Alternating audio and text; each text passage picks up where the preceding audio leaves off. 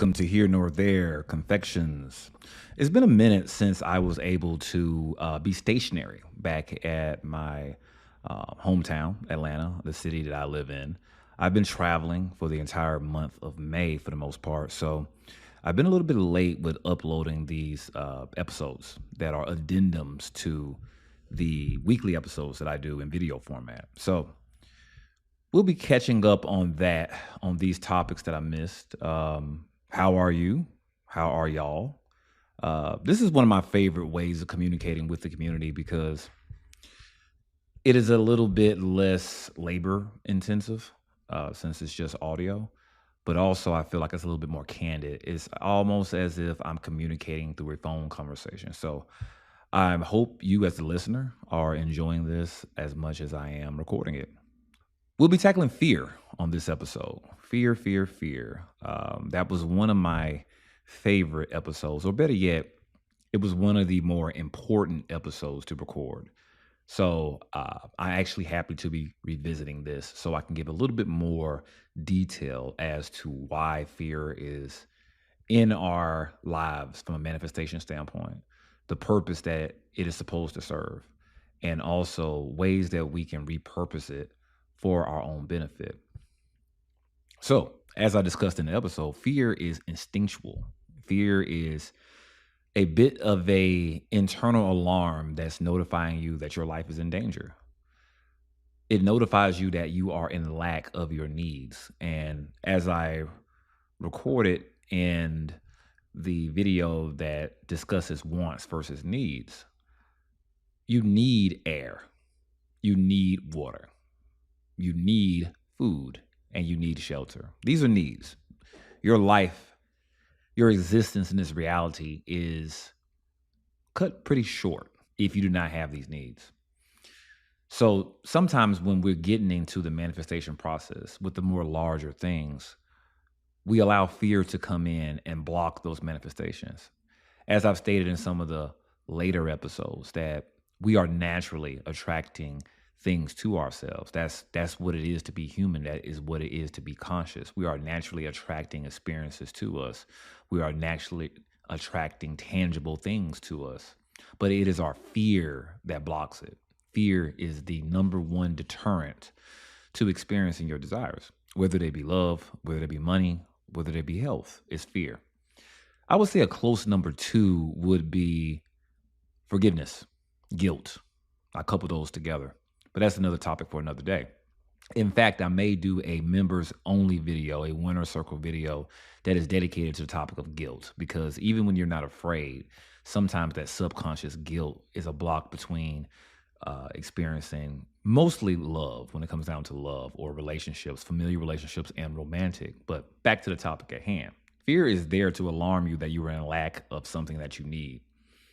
Now, we are not meant to be here alone. We are not meant to experience uh, life in a vacuum, away from familiar love, romantic love, love of our colleagues. In fact, everything is love. It's not just that romantic love. If you're manifesting a specific person, it's not just love for a person.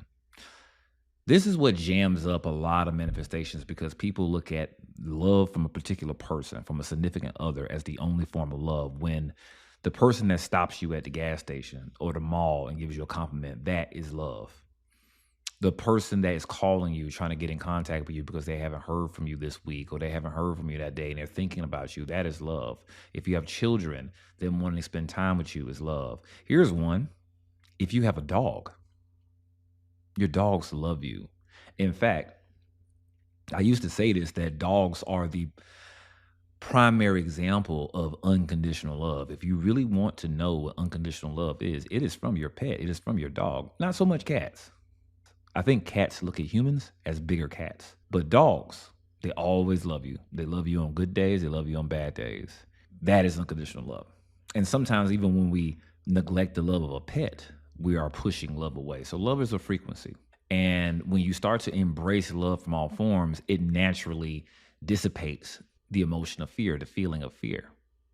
As I said in the episode, bravery, bravery, bravery. Fear is a prerequisite of bravery. You cannot be brave if you are not first afraid.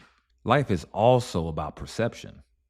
So if you start to reframe quote unquote negative experiences as positive experiences, then it will reshape your outcomes. It will reshape your reality.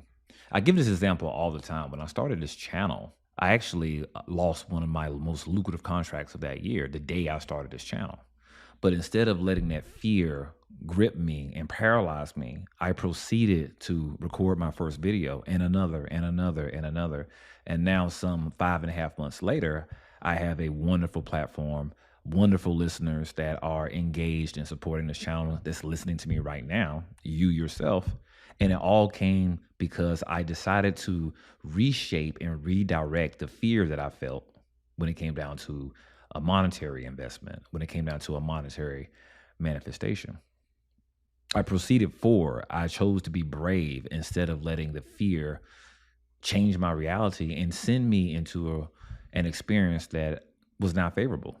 So, learning to be brave instead of getting wrapped up in trying to destroy fear, I don't think you ever will get rid of fear. It will always be there in some way, shape, or form. However, you just focus on bravery. Again, you can never get rid of negative thoughts, but you just make the positive thoughts more dominating. If you having trouble eliminating fear, focus on bravery. Focus on being brave. Look at it as an opportunity to show what you're really worth, to show that you're serious about experiencing the things that you deserve to experience. So, how do we control fear? Again, the power of repetition. Practice makes perfect. I used to have stage fright. When I was a child, I had stage fright. I would freeze up.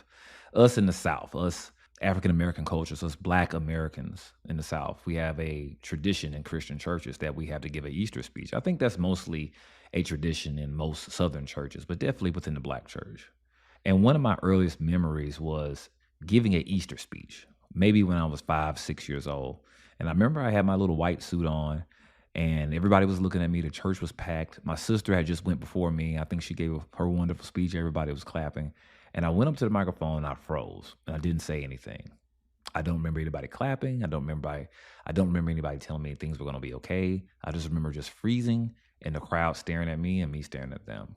You would be surprised that a kid that had fear of public performance, fear of public speaking, now has a YouTube channel with thousands of subscribers, and I'm speaking every day, all the time, sometimes in front of hundreds of people at one time, sometimes in front of thousands of people within a few days, speaking into a camera. I had to overcome that fear.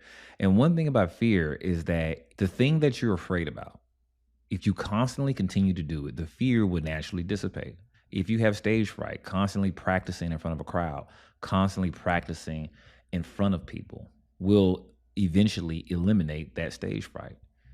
There was a job that I worked maybe for about a year when I initially got out of the military. And I worked for the now defunct company Singular Wireless. I believe they merged with AT&T. And I would go to these sites that had cell phone towers. And I would diagnose what the problem is from an electronic standpoint. And I had a group of gentlemen that were with me at these sites that worked for another company, that worked for an independent company. And these gentlemen would climb these poles. I don't really remember the measurements, but these poles could be hundreds of feet up in the air. They would rig themselves up and climb these poles, and they would stay up there for an hour, 2 hours, 3 hours, sometimes even 7, 8 hours at a time in order to take my commands, my recommendations, and fix these tangible antennas that were hundreds of feet up in the air while I was at the base of the tower. Needless to say, this job had a very high mortality rate.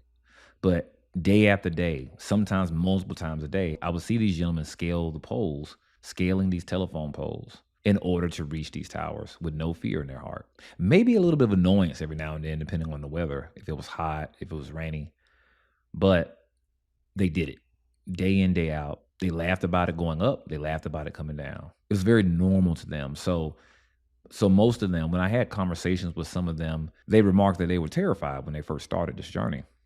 And now they're doing it for a living up and down. So it was eventually through the power of repetition, they learned that they can conquer their fears, and they learn to not be afraid of something that they do on a daily basis. Whether it's a soldier, whether it's a cop, whether it is a person who is climbing these towers on a daily basis, people who work in construction, that are working on unfinished buildings thousands of feet up in the air.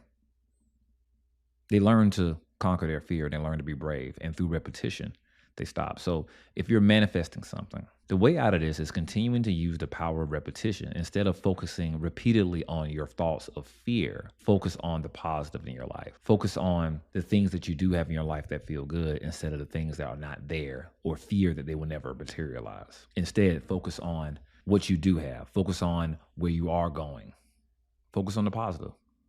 And through the power of repetition, of constantly directing your mind to the positive instead of negative, you are opening up new neural pathways, and being a more positive, optimistic, confident, faithful person will become second nature through the power of repetition. That's all I have for you today. Thank you for your patience while I travel. I'm back, so content will be flooding in. You are neither here nor there. Thank you for your time.